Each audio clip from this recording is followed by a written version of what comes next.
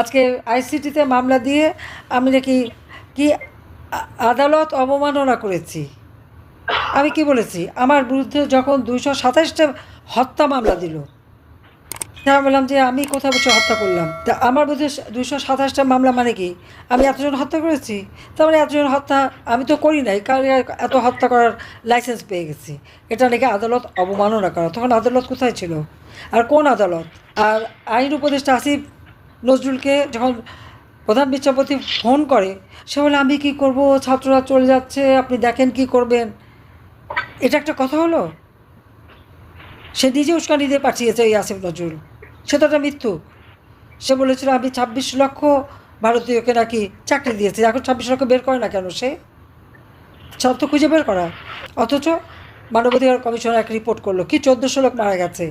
আর পরবর্তীতে ইউনূস গভর্নমেন্ট কী বললো, ৮০০ হিসাব দিল, তার মধ্যে মাত্র ৬০০কেই তারা সহযোগিতা দেওয়ার নামে বলেছে। অথচ এখনও এই আহত নিহতরা কেঁদে বেড়াচ্ছে।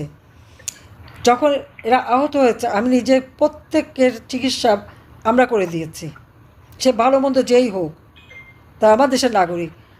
আমার মন্ত্রী সামন্তলাল সেন এবং প্রতিমন্ত্রী রোকেয়া প্রত্যেকটা হাসপাতাল ঘুরে ঘুরে এদের বিনা পয়সায় চিকিৎসা করা। আমি নিজে যখন এদের দেখতে গেছি, প্রত্যেকে আমি নগদ টাকা দিয়ে সহযোগিতা করেছি। হাসপাতাল প্রত্যেকটা হাসপাতালেই সকলকে আমরা নগদ টাকা দিয়েছি, তাদের সহযোগিতা করেছি। আমরা মানবতার জন্য কাজ করি। আজকে আমাকে বলে আমি কথা বলেছি এটা নাকি আদালত অবমাননা। এখন তো আমার বিরুদ্ধে ৪৫০ মামলা। এই ৪৫০-র মধ্যে ৪০০ বোধহয় কী বল বোধহয় ৪৪০টাই হবে খুনের মামলা। কারণ আমি এই ৪৪০টা খুন তো করি নাই। গত ৩ দিন আগেও আমার বিরুদ্ধে একটা খুনের মামলা। তা আমি কোথায় আর খুন হলো কোথায়? আমি একই দিনে একই সাথে ১৫টা জেলায় যে হত্যা করে এসেছি। তা আমি এখনই বলবো যে সবাই তালিকা করে রাখেন যে তারা কাদের কাদের দিয়ে তো হত্যা করাচ্ছে।